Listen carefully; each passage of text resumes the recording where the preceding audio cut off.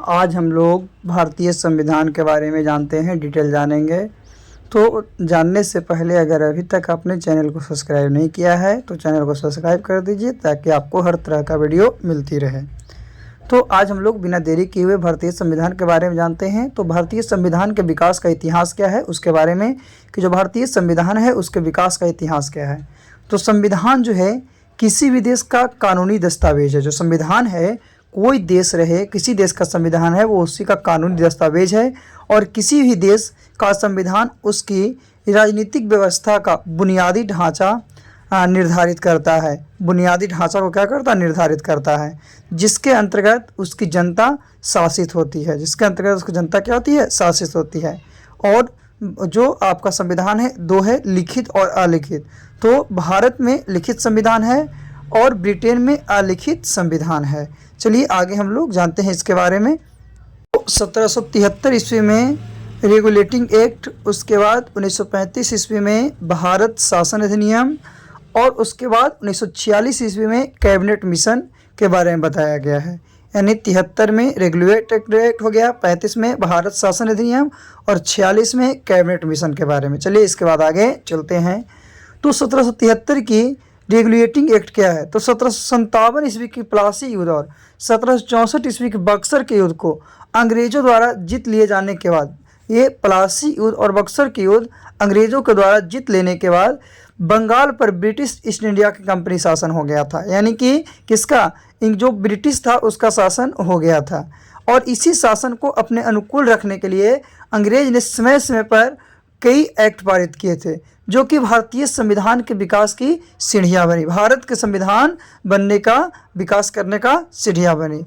तो पहला regulating act के तहत 1774 ईस्वी में कोलकाता में एक सुप्रीम कोर्ट की स्थापना की गई थी। वही उसी के 74 में 1774 में कोलकाता में एक सुप्रीम कोर्ट की स्थापना की गई थी, जिसके पहले जो मुख्य न्यायाधीश थे वो थे एलजिया इम्पे। कौन थे? एलजिया इम्पे। तो कोलकाता में सुप्रीम कोर्ट की स्थापना 1774 में किसके तहत? तो रेगुलेटिंग एक्ट के तहत किया गया था, जिसके मुख्य न्यायाधीश जो थे आपका एलजिया इम थे, है ना। तो आगे हम लोग देखते हैं, याद रखना है कि कोलकाता में सुप्रीम कोर्ट की स्थापना जो किया गया था उसके मुख्य अध्यक्ष कौन है?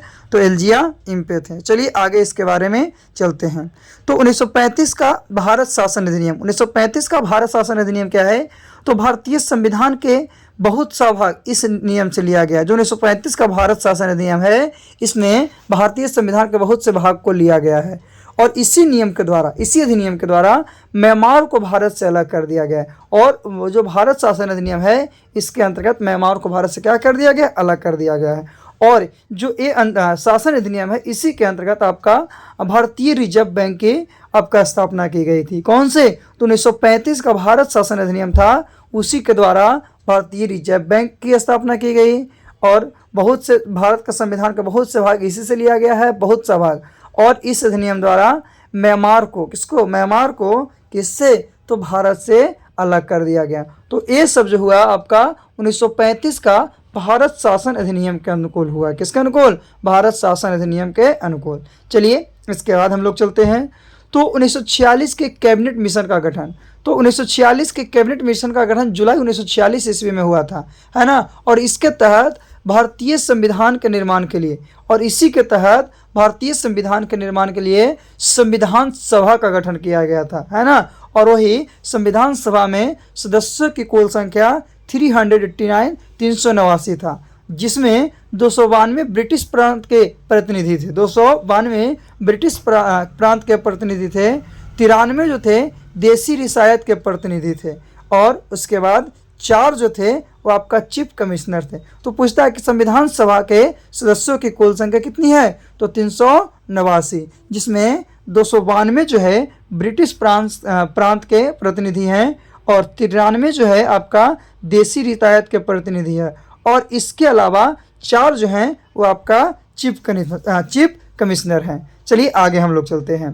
तो संविधान सभा की पहली बैठक 9 दिसंबर 1946 को, दूसरी बैठक 11 दिसंबर 1946 को और तीसरी बैठक 13 दिसंबर 1946 को हुई थी। यानी तीन, हम लोग बता रहे संविधान सभा की 3 बैठक, तो 9 दिसंबर 1946 में हुई थी, उसका ये संविधान सभा की पहली बैठक थी।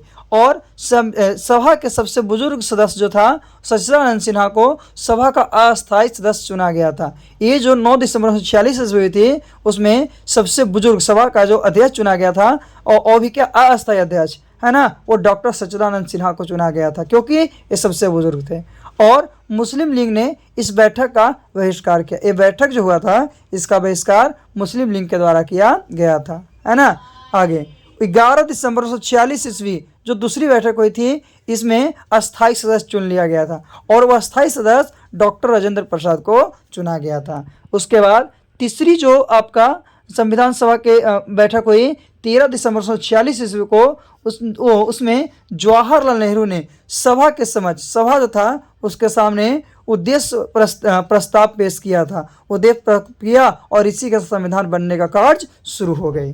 तो उसी संविधान सभा के प्रमुख जो समिति सदस्य हैं, जो कौन है, तो संचालक समिति थे जो कि डॉक्टर राजेंद्र प्रसाद, संचालन समिति डॉक्टर राजेंद्र प्रसाद। फिर प्रारूप समिति कौन है, तो डॉक्टर भीमराव अंबेडकर।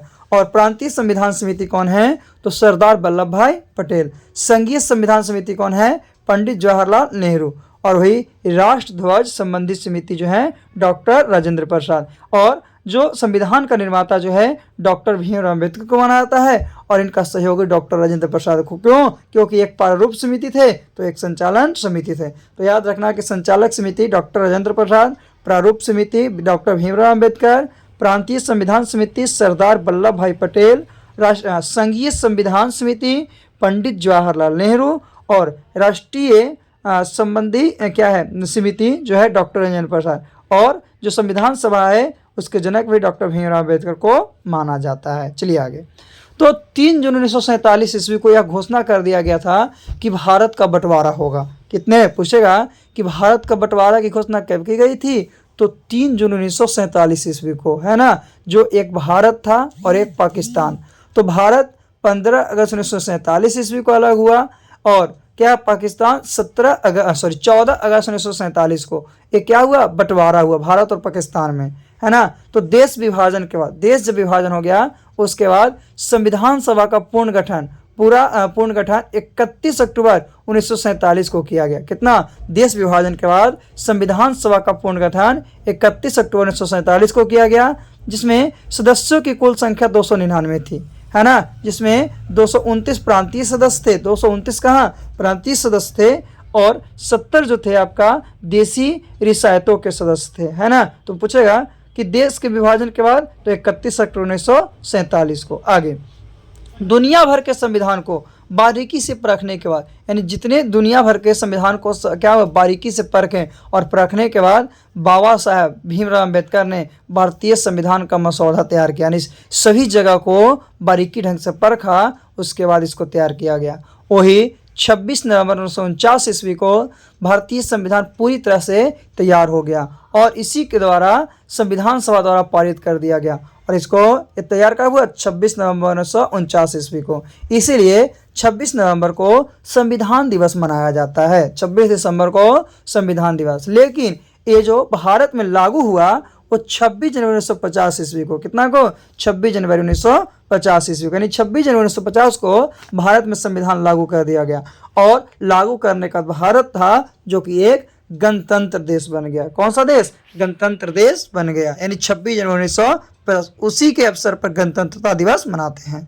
फिर है संविधान निर्माण की प्रक्रिया में, जो संविधान निर्माण हुआ था उसकी प्रक्रिया में समय कितना लगा, तो 2 वर्ष 11 महीना और 18 दिन। 2 वर्ष 11 महीना और 18 दिन। वही संविधान के प्रारूप पर कुल कितने दिन बहस चले, तो 114 दिन बहस चला। और संविधान के निर्माण पर का कुल मिलाकर खर्च कितना हुआ, तो 63,96,729 रुपया। 63,96,729 रुपया। और जब संविधान बना तो इसे 22 भाग 395 अनुच्छेद और 8 अनुसूची में बांट दिया गया। यानी कि संविधान के कुल कितने भाग हैं, 22 हैं। अनुच्छेद 395 और 8 जो है अनुसूचियाँ थी, है ना। और वर्तमान समय में, अभी के समय में जो है आपका क्या है कि 22 भाग है, संविधान के 22 भाग है, 395 अनुच्छेद है और 12 अनुसूचियां हैं। जब बना था उस समय क्या था, आपका अनुसूचियों की संख्या कम थी, लेकिन वर्तमान समय में अनुसूचियों की संख्या क्या है, ज़्यादा है। तो वर्तमान समय में कितने भाग हैं, 22 भाग हैं, 395 अनुच्छेद हैं और 12 अनुसूचियां हैं। चलिए आगे।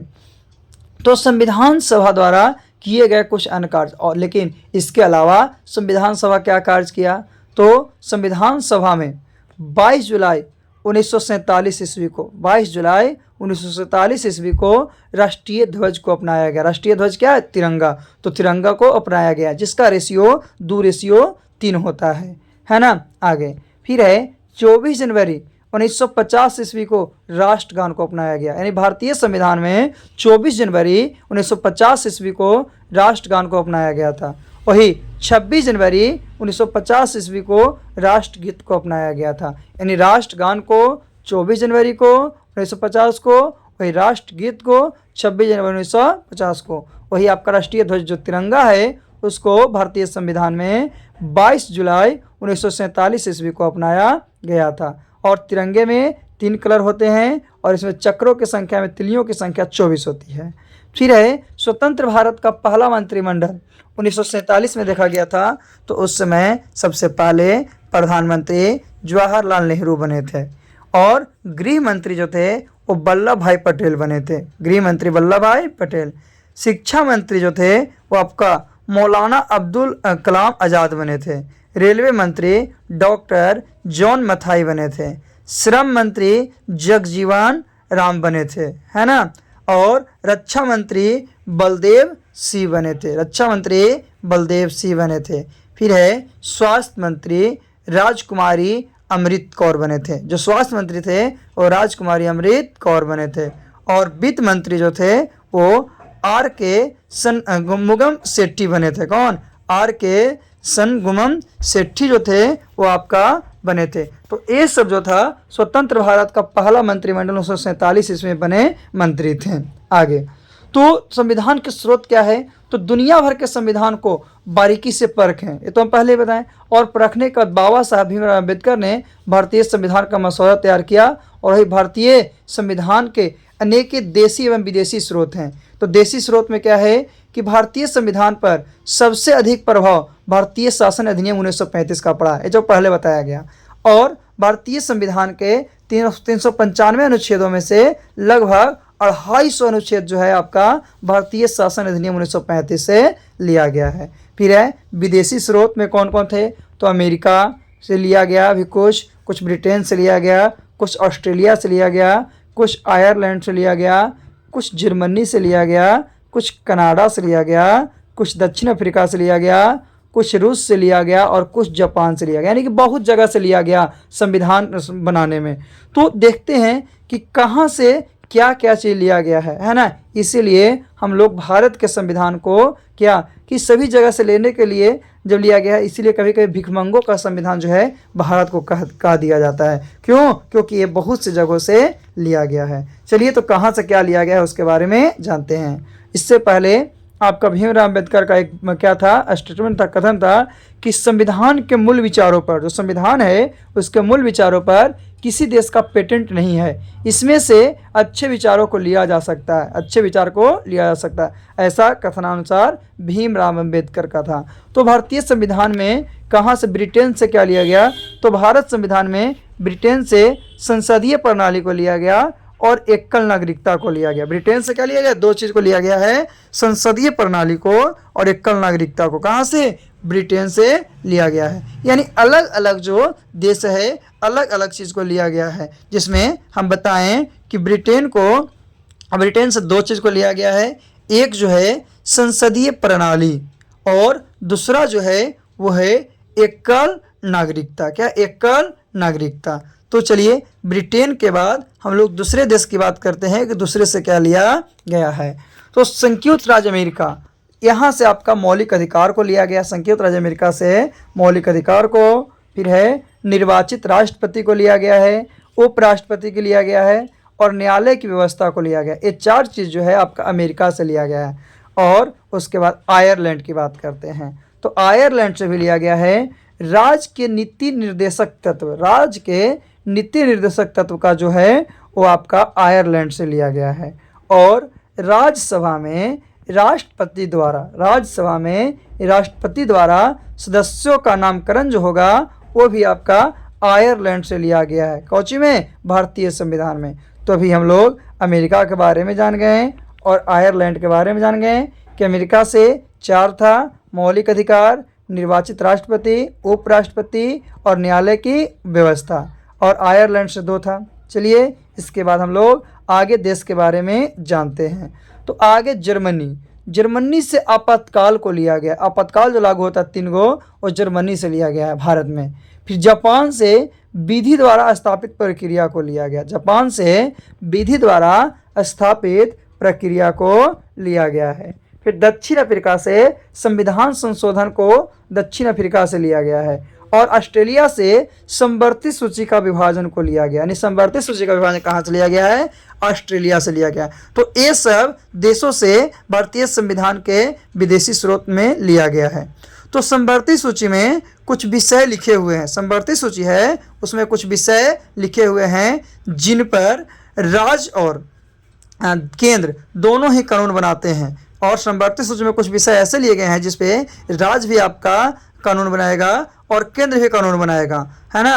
ये कहाँ से? समवर्ती सूची से लिया गया है। जैसे स्वास्थ्य और शिक्षा। चलिए आगे। रूस से मौलिक कर्तव्य को लिया गया है। रूस से मौलिक कर्तव्य को लिया गया है।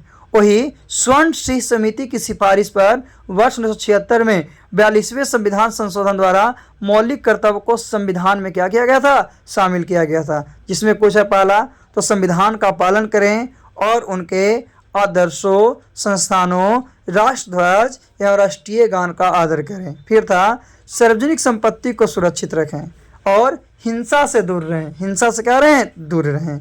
फिर था कि भारत की प्रभुता, एकता और अखंडता की रक्षा करें तथा उसे अनुच्छेद रखें, है ना। तो ये सब आपका लिया गया था, संविधान सभा में शामिल किया गया है। तो आज हम लोग भारतीय संविधान के बारे में डिटेल जानकारी प्राप्त किए हैं कि कहाँ से क्या से लिया गया है, कितना समय लगा, कितना पैसा लगा, कौन कौन इसका भागीदार बने, इसके बारे में। तो चलिए हम लोग अगले दिन पुनः अगले वीडियो में मिलते हैं। आज के लिए इतना ही काफ़ी है।